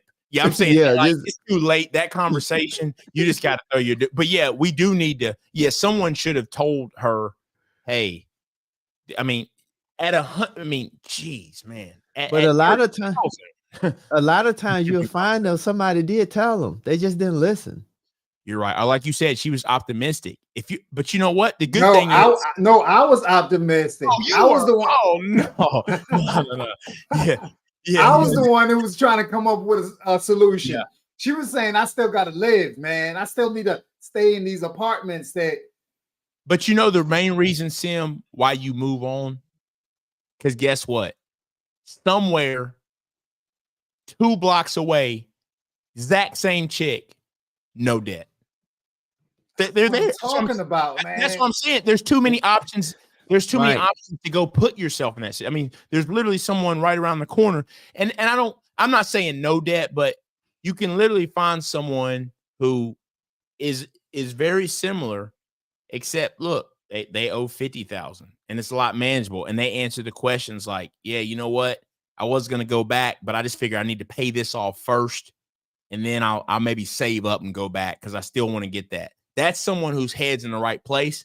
And that's also in a marriage is just going to be more realistic, because I think like someone who's 600,000 in and not really seeing a problem with it, there's going to be a lot of things in a marriage they don't see a problem with that are a massive issue, and it's just not going to stop. So that's you know, but yeah, that's wild though, man. Yeah, I would run. But to your point, intentional, you're right. No, the conversation should have been had a long time ago. I mean, there's no doubt about that. And I'm saying that because how can the chart shows that we went worse than what we was prior to the pandemic, after the pandemic. Right. So that means that there is a breakdown somewhere. So either one, people just doing what they want to do and they just don't care, or two, the pass down's really not happening. Yep. There's got to be some calculator. There's got to be some calculator that says, because I look like if you have no debt, right? And here's the thing, my wife didn't have any student loan debt. I did, but you look at what we both made, it just wasn't really, it wasn't really crazy, right? But the thing is you look at it that way, like, okay, if one person, because you can't just factor that in, right? Like we said, you got to factor income, you got to factor it all, you got to factor, are they a good person? Because right, look, you don't want a bad person who has no debt. That's not good either. So you got to factor everything. But say one person has 100 or 200,000, that's a lot. But you're both making both making 100,000, and you really don't have that much debt outside of that. I think you weigh it all, and if you both have your head on straight, that's probably a situation that's manageable. So you know what I'm saying? At that point, it's like, you know, you're basically, if you split the debt up, it's like you both have 100,000, but I would look at it more like you're 1-1, 100,000 to 100,000. It's probably manageable, right? You just suck it up for a couple years, knock it out. But when we get to this thing where it's like we both should be doctors based on your debt, and neither of us are, there's no way to win. There's no way to win that way. In that same vein, right? You know how jobs, whenever they pay for your education, they have like a commitment clause. You can't sever your commitment or your relationship with them within a certain amount of time. Mm-hmm. Does it make sense if you participate in paying down your partner's student loan debt? Should there be a clause in there that says, hey, I helped you pay $200,000 in debt. You can't leave me for the X amount of time. Does it make sense for you to either one, ask for those funds back in the divorce, right? Or should you just forgive it? Should you just say, hey, that was my job as a man, you know? That's what you're supposed to do. You're supposed to rescue her from her own past. I'm not gonna say bad decisions, but her past decisions in general, right? Like the decisions she made before you. I don't think neither one of those options are good options, because one, you should probably never got involved if y'all wasn't working a plan. Two, you should not take the ownership of somebody else's responsibility fully. I think that's too many times. That's why it should be a together effort. So if you're doing it together and it's genuine, you're not going to want anything anyway, because you're just genuinely doing it. But when you're doing it because your agenda was to get something out of someone, then that's a whole different ball game. That's why you got to have a real conversation, in the uncomfortable conversation, to gauge the person, to gauge what they're really trying to do and what they really want to do. That's why you should always go in a relationship and not feel like you have to hold back or feel like you got to be boxed in, because you'll never be able to communicate what you need to communicate to get real conversation going. Right. I think that for me, and I could say from my dating experiences, I think that's one of the most uncomfortable things, because I am upfront. I ain't got time to be playing a lot of games and doing this dog and pony and all this crazy goofy stuff people be doing. But if you ask me, I'm gonna give an honest answer. So right. But but you could tell, because when you start asking the right questions and you have a great conversation, people get uncomfortable, because a lot of people don't even understand their body language when you ask an uncomfortable stuff. Mm-hmm. So yeah, There's just so many. There's so many signs, man. There's just so many signs because a lot of times that'd be the same person who's got the Benz. Yep. How you got 600? I mean, but you got the nerve to have the Benz. Got that baby bands, man. Baby Benz with ball ties. But go ahead. Like you owe, it's like you owe 300,000 and you got the nerve to have the Benz. I owe nobody nothing, and your car payment's higher than mine. It's just those are just telltale signs of what is to come. We are creatures of habit. So that's what you really got to be looking at. It's those types of it's those types of signs, and stuff like that. So yeah, man, it's wild though. But those are things, man, that I do believe would keep people out of trouble. And that's really, that's really something we should have almost have Lead talk about one day, because he talks about the prenup, but he needs to be talking about, because he hears the arguments. So he probably knows what are those things people just flat out ignored. That's the real problem. Because you talk about divorce, what's leading to it? Well, he said it. The two major things is, one, infidelity. Number two is finances. Yeah. So there you go. I mean, there you go. I mean, that's really it. And here's the thing. I mean, it's the same on both sides. I mean, we're men just speaking to, oh yeah, us dating women, but for women dating a man, the rules is exactly the same. That's the great thing that I'm always say that I love about finances. The rule is not based off of what you feel, your background, your gender. It ain't based on none of that. The rules is universal for everything. Yep, it is. If a fish learn how the rule of 72, the fish can make his money grow. Like, the rules don't change. And there's no perfect formula, obviously, but infidelity at the end of the day, it's lack of self-control. At some point, that's what it is. There's other things that you'll see a lot in other forms, even if it wasn't that, you'll see where people aren't showing restraint or self-control. And that's not to say you can control every little thing. You can't. People make their decisions. But there are telltale signs, right? So when we talk about, so don't be surprised if someone who is like habitual at infidelity also has spending problems. It's lack of self-control. It shows up in different places. There's patterns to that. So but yeah, and then just on the finances, that goes back to just being on the same page. Everybody being on the same page and understanding this is the lifestyle we want, and this is how we want to, this is how we want to live. Like, you can't have one of you's okay with booking the Hampton. I'm not saying going to the Hampton. No, one of you wants to stay in the Hamptons, and one of you just wants to book the Hampton hotel. You know what I'm saying? That's right. The Hampton Inn. That's a problem. You got to be on the same page about that stuff, and that's here. That's now, and that's where you want to go. That's like how you see it. How you see it in the end. So that's important.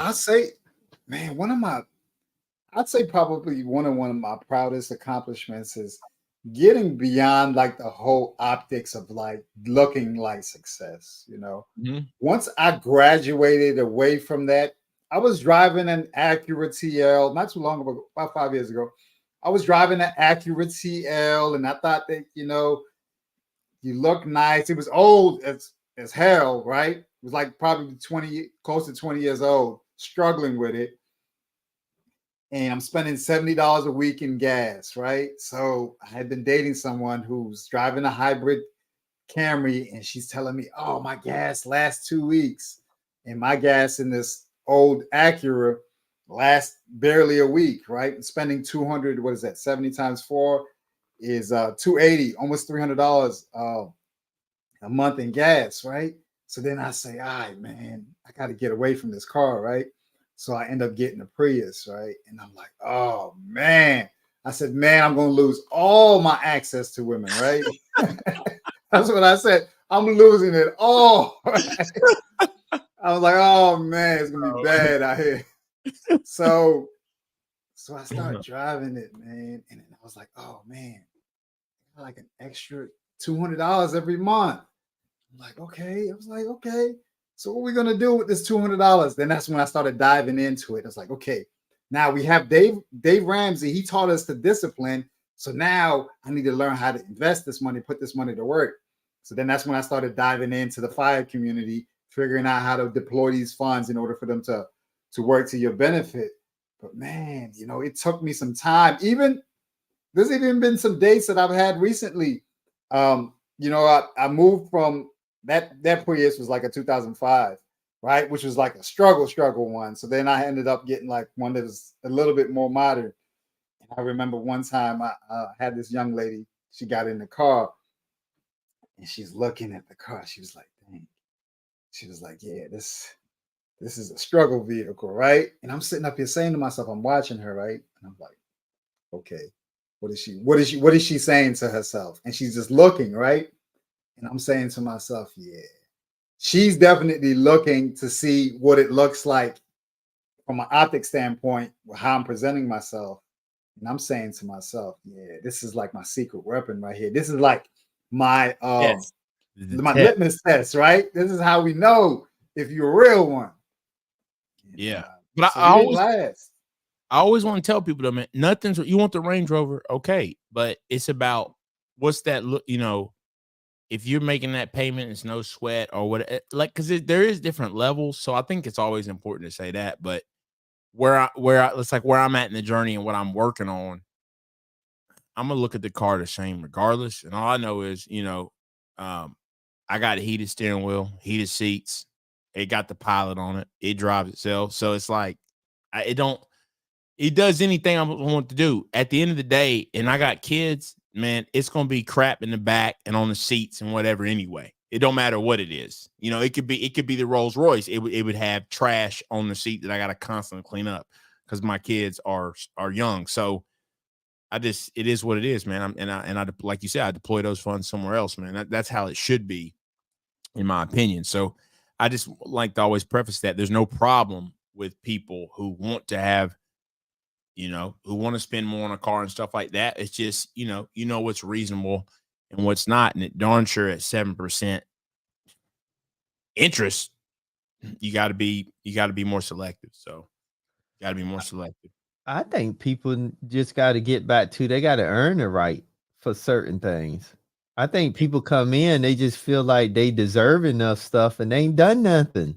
Yeah, you're right. Let's be honest. Like, you're right. And I'm just going to call it like it is, because people think just because you go to college, that's the end all be all. Is not. That's actually the start. College just teach you theory. Yep. The real work comes when you look in the mirror and realize that you got some work to get done internally. Yeah, that you're right. And that's the real, that's the real work. And I think that's where I'm saying that a lot of people, I feel as though they feel like they deserving of a Mercedes. They deserving, they ain't done nothing. Right. All they done was, okay, I finished school, but you got overhead. You come out with overhead. See, now, if you tell me that you got through college, you got no student loans, and now you want to treat yourself because you got through the theory part and you didn't have to pay nobody or owe nobody to do it, then you may be deserving of something. Right. Because that means you on the back end, what you end up doing is you qualify for grants, scholarships. You had the grades because you was being studious with your academics. In that case, then yes, because you done something. I'm just calling it like it is. Like, yep. I just think too many times we just want to get accolades for standard stuff. Right. Yeah. That's the biggest thing. That's the biggest problem out there right now. Is that right there, you know? Now. Oh, because I got a PhD, I graduated, so yeah, I owe $150,000, but now I got to go get the status symbol to show people that I'm a PhD. Oh. And I'm not trying to bash degrees. I'm just saying the mindset behind the paper is the issue. Right. Yeah. Now write that thesis on how to get out of debt. You know what I mean? And put it to use. You see what I'm saying? Because I'm just one that's just, and my philosophy is I just think people need to have a reward punishment system where you don't come from money and wealth because your last name is not Gates, is not Musk, is not Buffett. So you have to reward yourself after you've done something, because if not, you're going to get into this fantasy that you're deserving of things that you ain't done nothing yet. And you're going to look up and you're going to realize that where did my life go? Where did my time go? And I don't have nothing to show for it. Yeah. Hey, what did Tim say? I actually have a habit when you talked about the ball tires. So because I come from being a mechanically inclined person, anytime I walk up to a car, I'm looking at tires, I'm looking at overall presentation, whether the car looks clean or not. I'm looking to see how many miles the car has. I'm paying attention to how much gas you have in there. I'm paying attention to all of that. And you could tell a lot of times without even knowing the person, you can tell a lot of times whether the person is in a good space or not. And just seeing those things, and I say to myself, okay, I see those tires probably about $500 a piece. What do they look like? Does it look like you take them to get aligned, or does it look like you're taking them to get rotated? Can you go to the dealership for all the services? Sim, that's a great sim, man. Those are the things people have no clue they should be looking at. Look, man, because I've seen my own growth, right? So I know the signs. So, for example, if you ask me, when's the last time you didn't fill your car up, like you put $10 in? I don't know. I always fill it up. I mean, I'm not trying. I mean, always. I fill it all the way up, not putting 10 here, 5 here, 4 here. How you go to the gas station 17 times in a week? Fill it all the way up. That's someone whose finances are not together. They're not. And look, I even had to break myself, all jokes aside, because I still do this. The only time I don't fill all the way up, if I'm in an area that's bogusly high and I got to because I have to go by Costco on the way home. Yeah, in that case, I might throw a few, and it may not be tons of savings, but yeah, if I'm out there, and especially back when I was when I used to drive a lot for work, yeah, if they gouging like 70 cents, 80 cents, something crazy, nah, I'll throw 10, and then when I get back, but I'm gonna fill it all the way up. But this thing is just like, let me just let the tank taste a little bit of fluid. I mean, it doesn't make any sense. That's someone who's not financially, they're not in a good place. And you have to look for those signs. But also realize, I do believe you could take someone who doesn't have a massive amount of debt and who is open to learning and is a good person. Because I don't think it's just, if they're open to learning and they've just never learned it, but it's like, oh, okay. Because here's the thing, if they'll listen, when they see how much easier their life will be, they'll roll with it. So it's like you can't, so it's not about knocking it all, but you can tell there's just so many signs. Like you said, right? My uncle used to get on me back, man. I was so broke. He's like, man, what you doing riding around them May pops? I'm like, what are you talking about? He's like, man, tires may pop at any moment. And he's right, man. I went to this place for years, man. And they had $3, $12, $18, and like $30 used tires, man. I would throw them $3 bad boys on there. The thing would be out bald when you got it, man. But like, you can't be 40 and doing that. You can't don't do it, man. Don't do it. $3 tires on a ride, man. That's busted and disgusted, man. You do what you got to do, but you don't stay there, is what I'm saying. And I thought I moved up. When I moved up, I was like, oh, I'm getting an $18 tire today. That's crazy, man. That's crazy. Not a car that you even driving, right. On a daily basis. Right. So that's the thing. And then now, right? Like I research everything. I had to get some tires recently. The tires are like what, $900. I'm at 6,000. I'm at what, 5,500. So I'm literally looking. I gotta go get them balanced and rotated at 6,000. I'm about to go do it here in a couple of weeks. Like, you take care of it. But those things are signs. Those are very important signs that people gloss right over. And those are the key things that will in a marriage pop up, though, because it's not even just a marriage, a relationship, period. They'll just those things will pop up because, like I said, people are creatures of habit. So yeah, there's no way that someone is filling up, putting $5 in a tank, and they're fine financially. No way. No, Yeah, unless man. there's somebody they trying to holler at the gas station that works at the gas station, and they just want a reason to go by there. There's no reason. No, none of it makes sense, man. Listen, I'm not hating on anybody who has a used tire business. I get you. I mean, the throwaways at merchants and just tires and discount tires, but they're valuable to you. I get it. It's not worth the time. It's not worth the risk. The tires are not going to match. I mean, you can't even, when you clean the car, if you've ever cleaned the car, right? You clean the car, you go through the trouble of doing all the details. When you put the armor all on, man, it does not feel the same way if the tires do not match, man. I don't feel the same way. It's like, okay, I got Dunlop on this side, and then I got Cooper on the other side. It was like, nah, bro. Hey, Tim, here's the point. Here's the point of the transition, right? I just told you I was getting $3 tires at one point. Now, this has been years ago, but my wife needed to get a set of tires. She was out of town. She was going to we had it scheduled already to get them when she got back.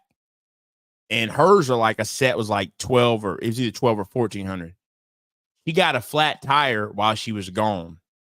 There was a tire place right beside her. She got a tire. So she had to get a tire put on. Well, they didn't have the same kind. So you know what we did? We bought the full set. In the garage right now, there's a brand new tire in the garage that don't have that many miles on it, but we wanted all the same tires. That's the transition so not only did we spend $1,200 or $1,400, we spent, because I can't remember, but I think we spent about $1,800 or close to that on tires, and we've got one brand new one. And then next time, we'll actually, what we're going to do, we're probably going to get a rim to make that the spare, so we have the actual rim, so we're not riding around on a donut. And we'll make that the spare just to put on in case that happens next time, and that'll be the spare or whatever. Or if we don't have any problems, we'll get a full set. We'll get 3 more just like that. But that's the difference. Like, you should see that transition over time, and that's where we've got to have those conversations. Some of the things we see people do, like on Twitter and out there when you're 22, I get it. I've been there. I've done that. But that is where we do have to start frowning on those who are doing it at 40. It's not acceptable. I mean, it's just like, at some point, your decisions, like, you can't keep on doing it. And we all know the crazy thing is, how many of those people got the used tires, put 10 in a gas tank, but then dropped 600 on a Beyonce ticket all day long, man. It's crazy, man. It's crazy. All day long. That's another thing, fellas. Listen, take a walk around those tires. If those tires are mismatched, yeah, those are some of the indicators. I'll be like, nah, bro. And there's tremendous value. Like, I don't want to advocate for the brand, but there are places where you can get a set of tires. They'll do the repairs for you. They'll do the rotations. And you just bring it back in, and then you can go somewhere and get a lifetime alignment. So then every time you get the tires rotated, you take it next door and get it aligned. That way your tires are going to wear even, and you're not going to have this weird situation where your car is running off the road. I mean, there's a lot of things that I feel like young men should know if they didn't have a pops in their life. Get a brand new set of tires. Get the road hazard in the event something crazy happens. Get the lifetime alignment for the life of you owning that vehicle. That way anytime that you get the tires rotated, every time you get an oil change, you drop it off at that spot, they'll do it, boom, boom, and then you can keep the life of the tires. And let me tell you guys something that I heard the last time I was at the tire shop that blew my mind. Do you guys know that the tires on the Teslas only last 20,000 miles? Oh, I didn't know that. Yeah, I found that out. Listen, the car, I guess it's the car is so heavy that the inside of the tire actually wears faster than the outside. So they look good on the outside, but on the inside, You know how you see, wearing faster. Yeah. see the rim, the wire on the wire. Exactly. Yeah, that's what the guy was complaining about at the tire spot. Yeah, and that's also because the battery is in the tire part, so that could cause more weight. Yeah, man. Yeah, listen, I'm keeping my hybrid. Listen, they can laugh at me with the Prius. I'm gas rich. I can go anywhere I need to go. $30 is normal. $50 is bad times. And I can go 500 miles if I'm conservative with the gas, 400 if I'm heavy. And I'm not stressing about anywhere I'm going. I'm going, pew. But man, I mean, maybe I might not have access to the top-notch women. Whatever, man. I mean, listen, I'll drive past y'all as y'all are driving the big body or the baby Benz. You know, I'll drive past y'all at the gas station as I'm driving by. You know, all and the straight bald tires on it, right? Man, listen, Ball ties and Christmas tree dashboard, but Yeah. Yeah, man. So fellas, we're gonna get ready to wrap up. But let me give a shout out to we got Conscious Business Service Opportunities in the chat. We got Miss On the Spot Live is in the chat. Welcome and salute. Hola. And we got Miss Mortgage Boss in the building. And we got Miss Carmen Drip is in the building. And we got JT Corn Rings is also in the building. Salute, salute. So we'll get ready to wrap up. So I want to get y'all final thoughts on just, millennials having so much credit card debt and the fact that we have $1 trillion in credit card debt as a whole, and just really want to give any last nickels or dimes that you want to tell young people, in between people and older people, what they can do to get out of their situation so they can have a better outcome. So I start with you first, Perry. Yeah. So, I think, of course, we went down the road of relationships because I think there's really a lot of important points to that, right? But I think it's just important for people to look at, if you think back, right? Think back to 20, 25, 30. Oftentimes, a lot of people will realize that their lifestyle, right? Really, the best point to do something about it is when you really just don't owe that much. So that's when you're in more control. And so I think back when I was young and didn't make that much, but didn't have that much debt. So you're really in control, right? That's the key. And that's where you got to focus. So really, it just helps not to get in debt in the first place. But these credit cards, just don't even get them. I mean, at that point, because the truth is, it's going to take time to learn how to manage it anyway. Sometimes you're just better off without it.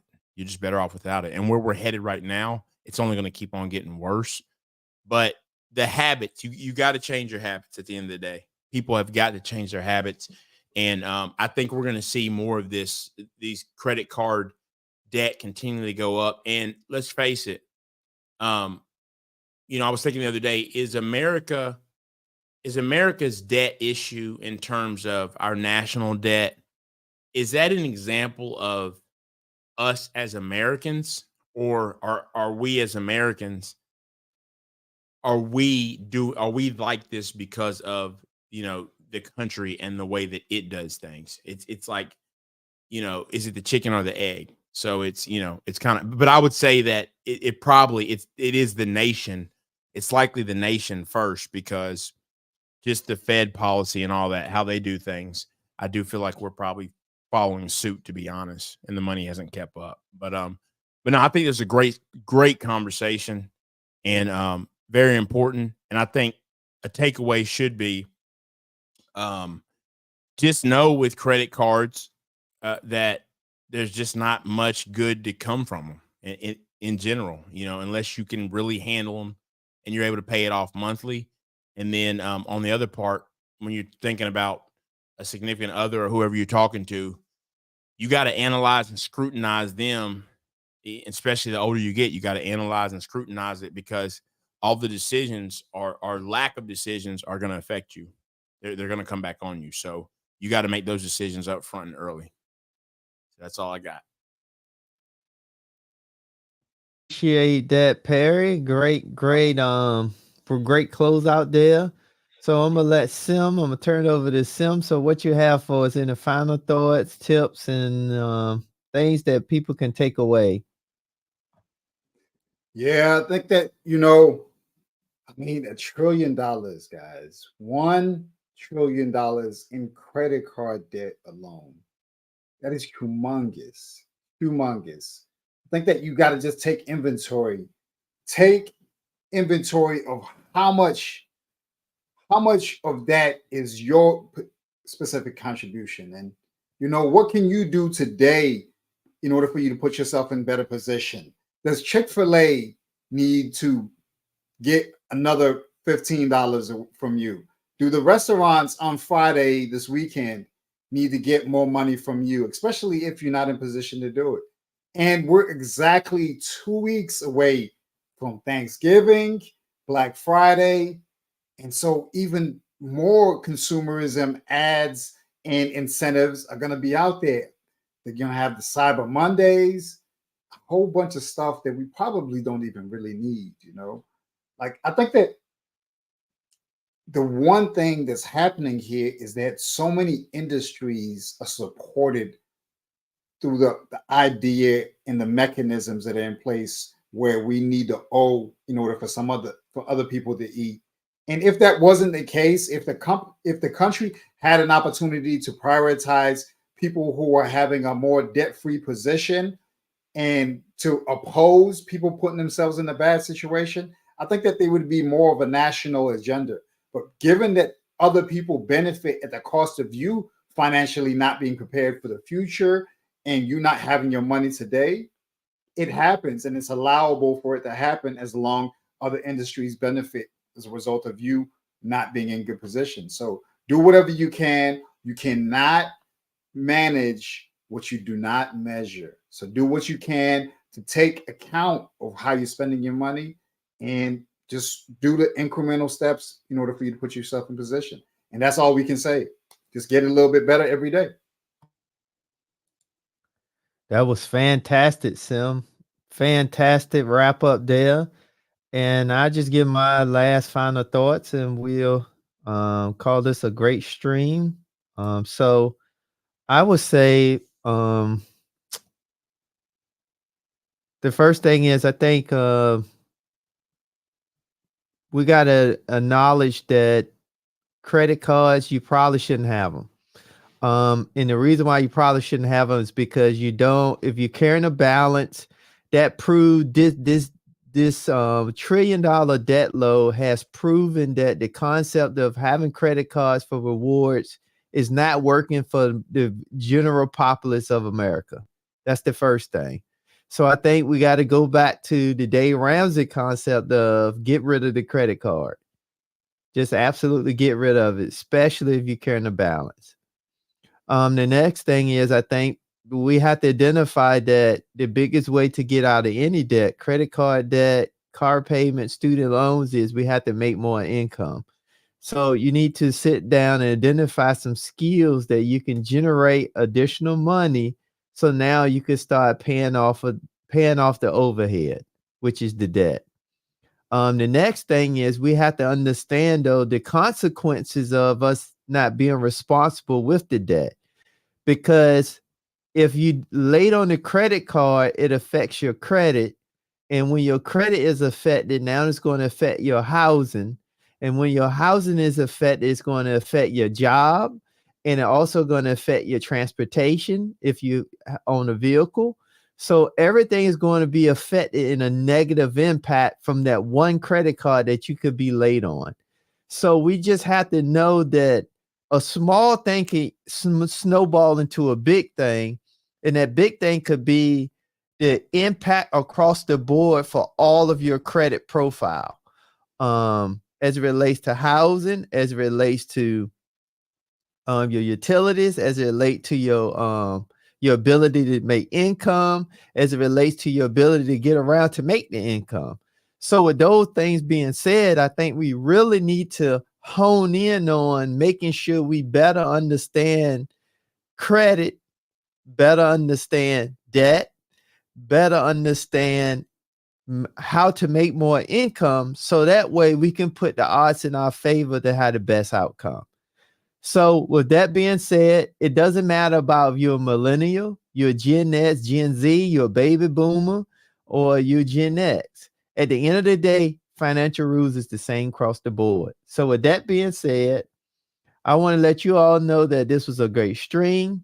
We're going to get ready to wrap up, and you all have a great day. Catch you all on the next stream. And as always, make sure you like the video down below, and make sure you share your comments, and let us know if you move forward on your strategy to pay off your credit card debt. With that being said, this is Tim, also known as the Intentional Millionaire. Catch you all in the next video.